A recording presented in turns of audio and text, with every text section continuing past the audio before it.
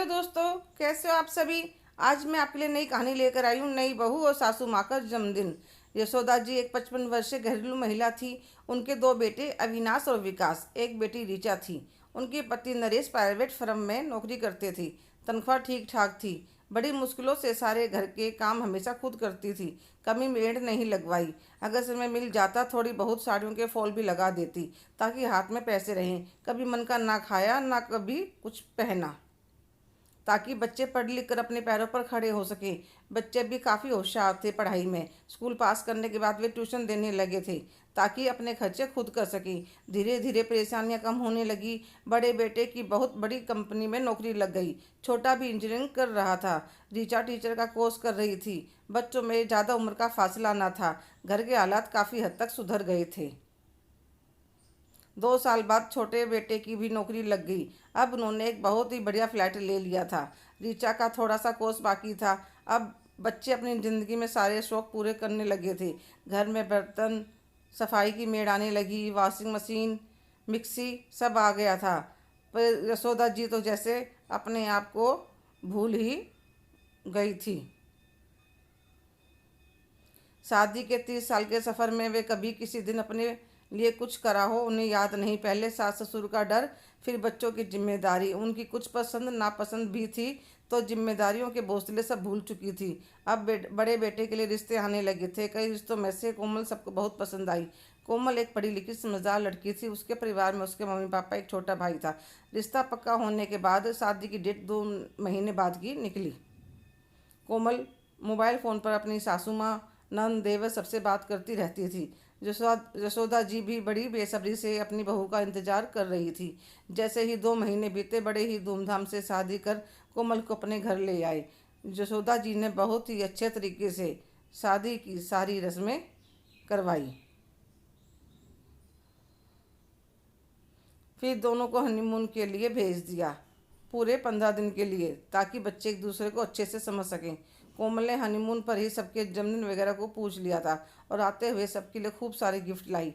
और सासू माँ के लिए गिफ्ट अलग से लेकर आई, क्योंकि 2 दिन बाद उनका जन्मदिन था।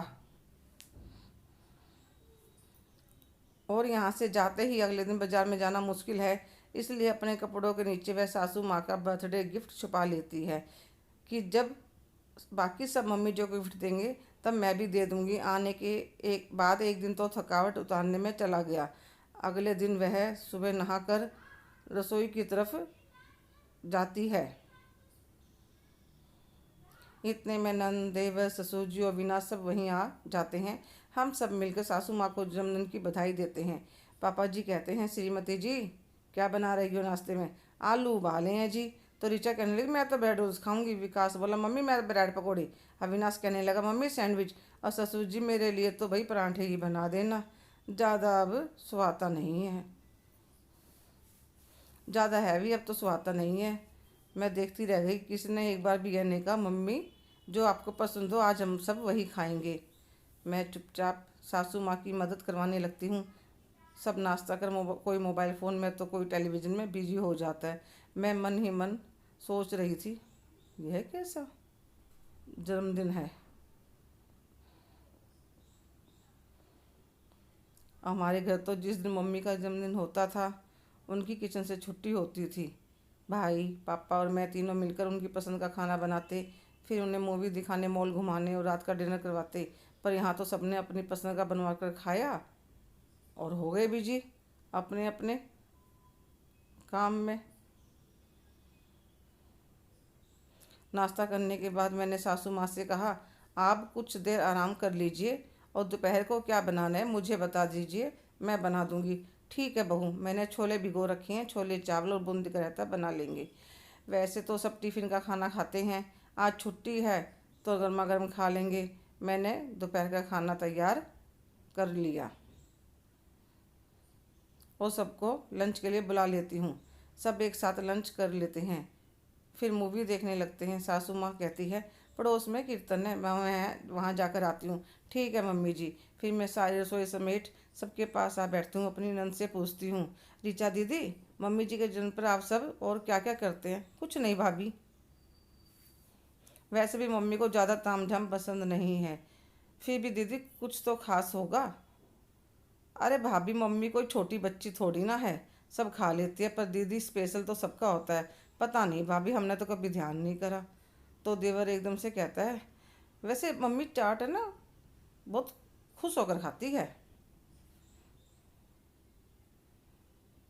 तो इतने में अविनाश कहते हैं, हाँ वैसे मैंने कई बार ध्यान करा है, मम्मी को किताबें पढ़ने का बहुत शौक है, वह भी मैगजीन मिल जाए तो पढ़ने लगती है। ऋचा कहने लगी, हाँ वैसे मम्मी को गुलाबी रंग बहुत पसंद है।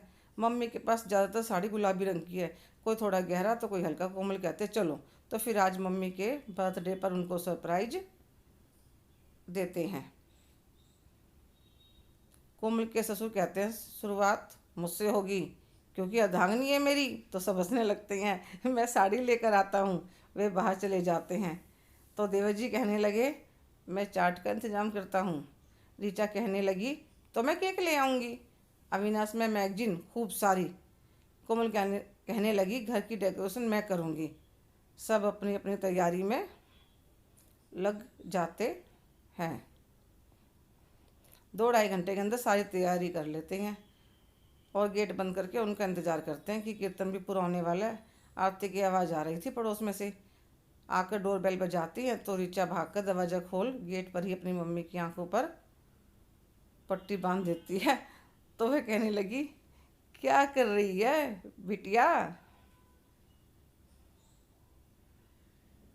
तो वह अपनी मम्मी का हाथ पकड़कर अंदर ले आती है और कहती है, 1 2 3, और रुमाल खोल देती है। यशोदा जी देखती है, ड्राइंग रूम में चारों तरफ गुब्बारे लगे थे, बीच में हैप्पी बर्थडे का बोर्ड लगा था। इतने में सारे ताली बजाते हुए बाहर आ जाते हैं। तो यशोदा जी कहती हैं, अरे यह सब क्या है? मम्मी का जन्मदिन। मम्मी जल्दी चलिए ना, केक काटिए, मुझे भी खाना है। तो वे हंसने लगती हैं और केक काटती हैं। तो सब गिफ्ट देते हैं। उनके पति बड़ी ही प्यारी गुलाबी रंग की साड़ी लाए थे, तो छोटा सबके लिए डाइनिंग टेबल पर गोलगप्पे, टिक्की, दही बल्ले, आलू चाट सब सजा देता है। कोमल गर्म कोट देती है और अविनाश खूब सारी किताबें। यशोदा जी बहुत खुश थी, पर कहने लगी, ये सब की क्या ज़रूरत थी? रीचा कहती है, मम्मी हमने तो कभी ध्यान ही नहीं दिया। भाभी ने बताया, जन्मदिन होता है बच्चों का या बड़ों का, सब इंतज़ार करते हैं सरप्राइज का। तो वे कोमल का हाथ पकड़ कहते हैं, थैंक यू बहू रानी। मम्मी जी थैंक यू मत कहिए। जब एक माँ दुख पाकर अपनी इच्छाओं को दबाकर अपने बच्चों को बड़ा करती है, काबिल बनाती है, बच्चों का भी फर्ज बनता है अपने माता पिता के लिए। अब चलिए, चलो सब मिलकर खाते हैं। अब कोई यशोदा जी को बोल रहा था, कोई टिक्की पहले मैं खिलाऊंगा, पहले मैं खिलाऊंगा। यशोदा जी इतनी प्यारी बहू मिलने पर भगवान को धन्यवाद कहने लग रही थी। हेलो दोस्तों, आज की कहानी आपको कैसी लगी? क्या जो कोमल ने अपनी सास के लिए करा सभी बहुओं को करना चाहिए? आपकी क्या राय है? कमेंट करके ज़रूर बताइएगा। अगर आप मेरे चैनल पर नए हैं तो लाइक, शेयर, सब्सक्राइब करना ना भूलें। धन्यवाद प्लीज़।